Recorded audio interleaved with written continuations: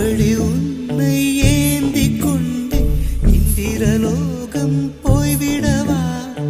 இடையில் கொஞ்சம் வலி எடுத்தாலும் சந்திர தரையில் ஆயிடவா?